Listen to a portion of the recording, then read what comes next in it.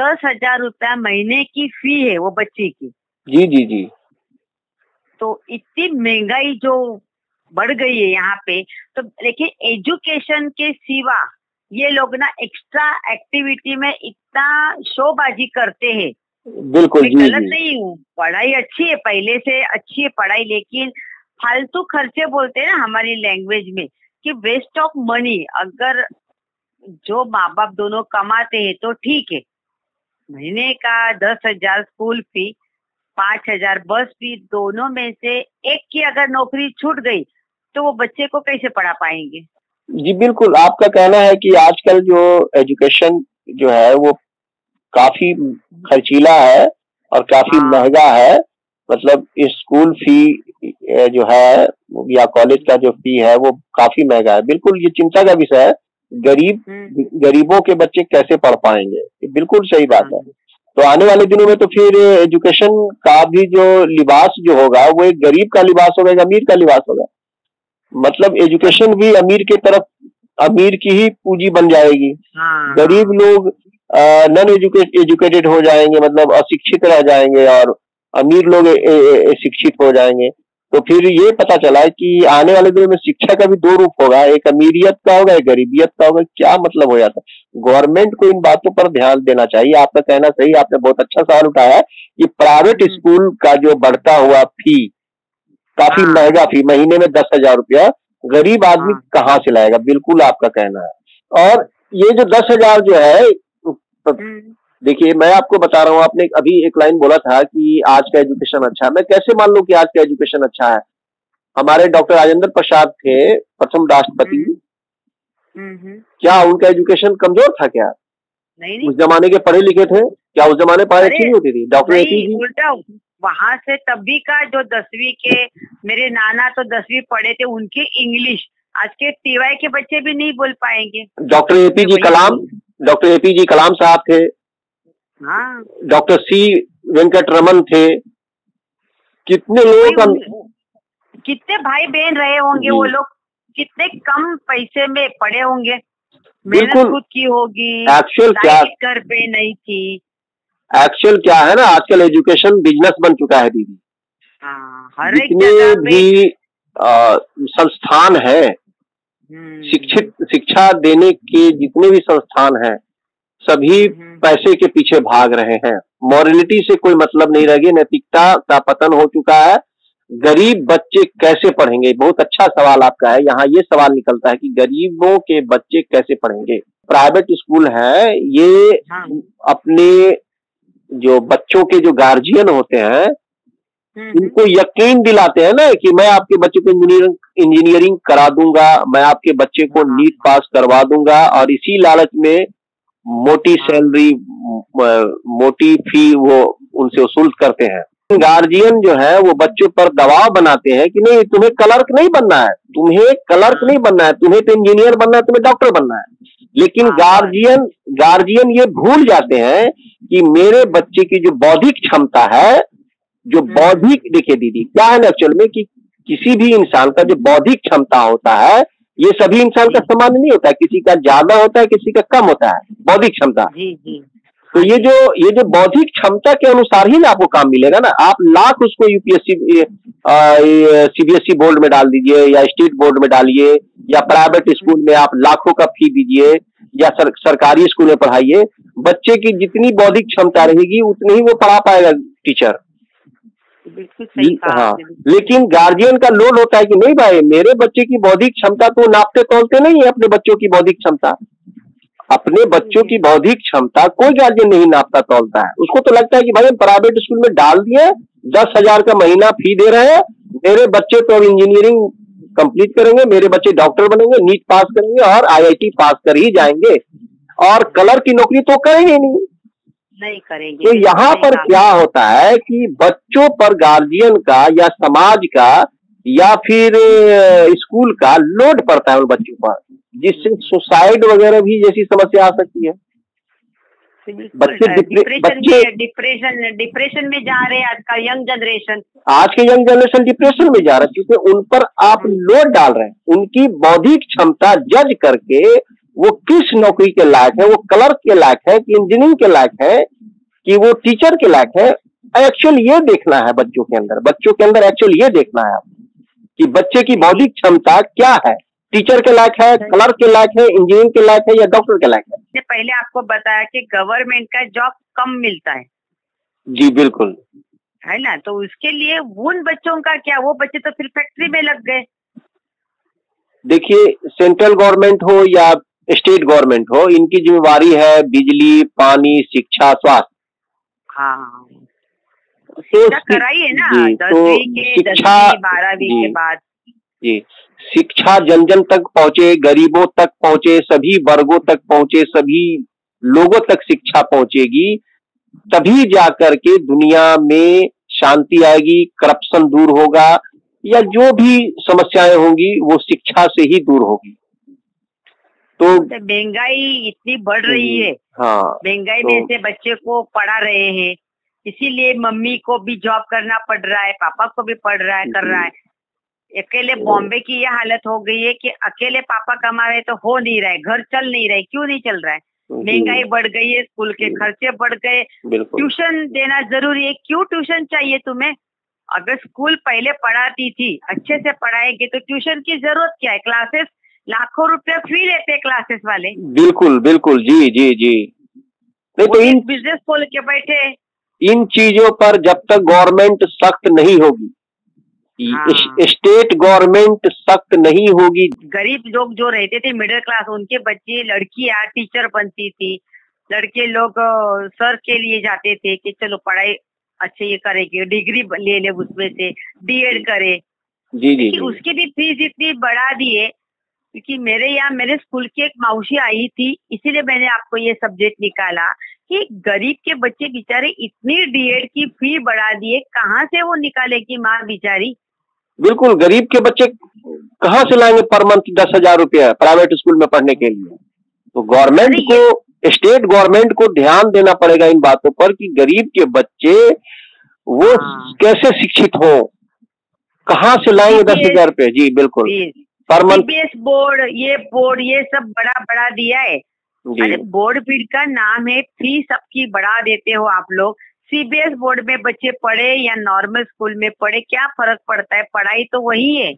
पढ़ाई तो वही है, बिल्कुल पढ़ाई तो वही है, बिल्कुल पढ़ाई सेम है। वहाँ पे तो वो ना फिर माँ बाप का ना टूट जाता है, और फिर क्या होता है, एक दूसरे के देखा देखी में ना वो माँ को लगता है मैं भी काम करूँ, माँ काम करती है तो बच्चे की तरफ ध्यान नहीं जाता, फिर बच्चे को संस्कार नहीं मिलते। एक्चुअल ये भी बात आपका कहना सही है कि एक समाज में जब एक तरह का प्रचलन हो जाता है, देखा देखी हो जाता है, उस माहौल में गार्जियन भूल जाते हैं कि मेरे बच्चे जो शिक्षा ले रहे हैं वो है क्या, वो तो बस अपना जो कल्चर में स्टेटस ऊंचा रहे मेरा, गरीबी और अमीरी में अंतर दिखाने के लिए भी ये चीज चल रहा है आपको दीदी। लेकिन बच्चे का नहीं देखते, कोई नहीं ख्याल कर रहा है बच्चे का। लेकिन बच्चे का जो है वो एजुकेशन जो है वो कैसा होगा, इस पर कोई विचार नहीं करते। उनको तो लगता है कि भाई मेरे बच्चे प्राइवेट स्कूल में पढ़ रहे हैं, 10,000 का हर महीने फी जा रहा है, मेरे बच्चे तो डॉक्टर बनेंगे ही और इंजीनियर बनेंगे, यकीन कर बैठते हैं। लेकिन क्या ऐसा 100% होता है कि प्राइवेट स्कूल में पढ़ने वाले जो बच्चे हैं वो डॉक्टर इंजीनियर बन के ही निकलते हैं? 100% ऐसा होता है? नहीं होता है। मैं खुद बॉम्बे में देखती हूँ ना, इधर घर के पास में तिवारी कॉलेज है, इंजीनियरिंग कॉलेज है, इतने बच्चे पढ़ते हैं उस कॉलेज में। तो मैं वही सोचती हूँ कि इतने बच्चों का कहाँ जॉब मिलेगा। तो मेरा ये कहना है कि अगर गरीब बच्चे शिक्षित हो तो फिर स्टेट गवर्नमेंट की जिम्मेवारी बनती है कि वे शिक्षा को सुलभ और आसान और सस्ता बनाए, तभी कुछ हो सकता है बैलेंस। नहीं तो ये अमीरी गरीबी का जो चल रहा है ना और बढ़ता जाएगा और इससे अराजकता फैलेगी, बेकारी फैलेगी और फिर वही युवा देश के लिए बोझ बनेंगे। बिल्कुल सही कहा आपने। और फिर कई लोग तो ये सब सोच के ना, आजकल ये हो गया कि भाई हमें बच्चा ही नहीं पैदा करना है, क्योंकि इतना खाना खर्चा होता है। नहीं, बच्चे तो खैर आजकल कंट्रोल करना अनिवार्य है। हमारे दो तो एकदम जरूरी है, ये तो सबसे पहले हम दो हमारे दो तो मोस्टली एकदम जरूरी ही है, वरना देश पर बोझ ही बनेंगे वो बच्चे। बिल्कुल बढ़ती हुई जनसंख्या, दो से एक में आ गए।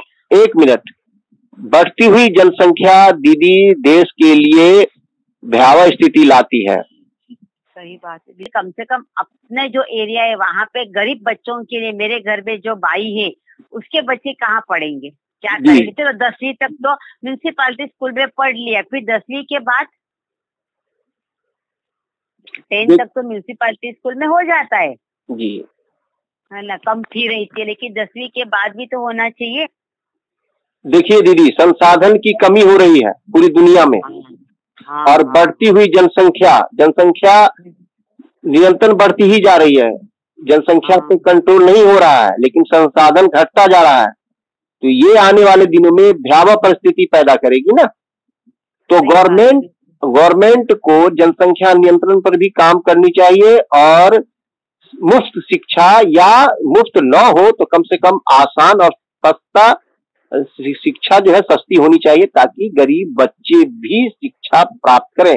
और जब वो शिक्षित होंगे तभी जनसंख्या नियंत्रण जैसी जो जानकारी है उन्हें उन तक पहुंचेगी कि भाई जनसंख्या नियंत्रण कैसे होता है, इसके लिए कौन सी प्लानिंग बनानी चाहिए।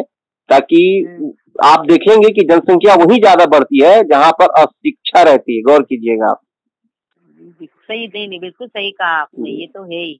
और जनसंख्या जो है वो किसी भी मुल्क के लिए बढ़ती हुई जनसंख्या एक बहुत बड़ी समस्या बन के आ रही है। जी बिल्कुल, क्योंकि संसाधन तेजी से घट रहा है। हाँ वो तो है ही जी। तो इसलिए स्टेट गवर्नमेंट की जिम्मेवारी बनती है और सेंट्रल गवर्नमेंट की जिम्मेवारी बनती है कि शिक्षा पर तो सबसे पहले जोर डालना चाहिए कि शिक्षा कम से कम गरीबी और अमीरी के बीच फासला न पैदा करे। शिक्षा सभी को समान रूप से मिले, और तभी समान रूप से सभी को शिक्षा मिलेगी जब शिक्षा आसान और सस्ती होगी। बिल्कुल सही कहा आपने।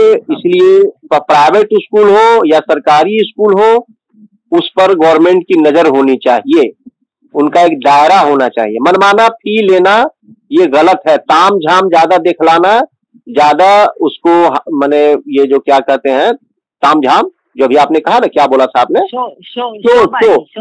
शोबाजी पर रोक लगना चाहिए। क्योंकि जो भी प्राइवेट स्कूल है, सीबीएसई बोर्ड से हो या कोई भी प्राइवेट स्कूल हो, क्या वहां पर 100% बच्चे को जॉब मिल जाता है? नहीं, बिल्कुल वहां भी 100% बच्चे को जॉब नहीं मिलता है। ऐसी बात, अगर 100% बच्चे को जॉब मिलता तो फिर जाहिर सी बात है कि बेकारी का स्तर बिल्कुल गिरावट होता बेकारी में। मुंबई में बताऊं, मुंबई में कहाँ कहाँ से लोग जॉब के लिए आते हैं जी, बहुत सभी जगह से आते हैं। तो मुंबई में जॉब है ही नहीं। अब मुंबई के बच्चे और कहीं जाते, गुड़गांव जाते, बेंगलोर जाते, पुणे जाते, पुणे में भी कहाँ कहाँ से लोग आ जाते। जी जी जी, बिल्कुल बिल्कुल। इसका सबसे बड़ा कारण है आपको बढ़ती हुई जनसंख्या। हम दो हमारे दो पर जब तक सभी लोग नहीं आएंगे, हम दो हमारे दो, फैमिली प्लानिंग जो है ये सबसे पहले होना चाहिए। और ये तभी लोगों के जन जन में जाएगा जब शिक्षा का स्तर ऊंचा होगा। शिक्षा का स्तर ऊंचा हो, एक मिनट दीदी, शिक्षा का स्तर ऊंचा होगा तो जनसंख्या घटेगी, शिक्षा बढ़ेगी, जनसंख्या घटेगी, और तभी संसाधन की महत्वता को लोग समझ सकेंगे कि संसाधन क्या होता है किसी मुल्क के लिए।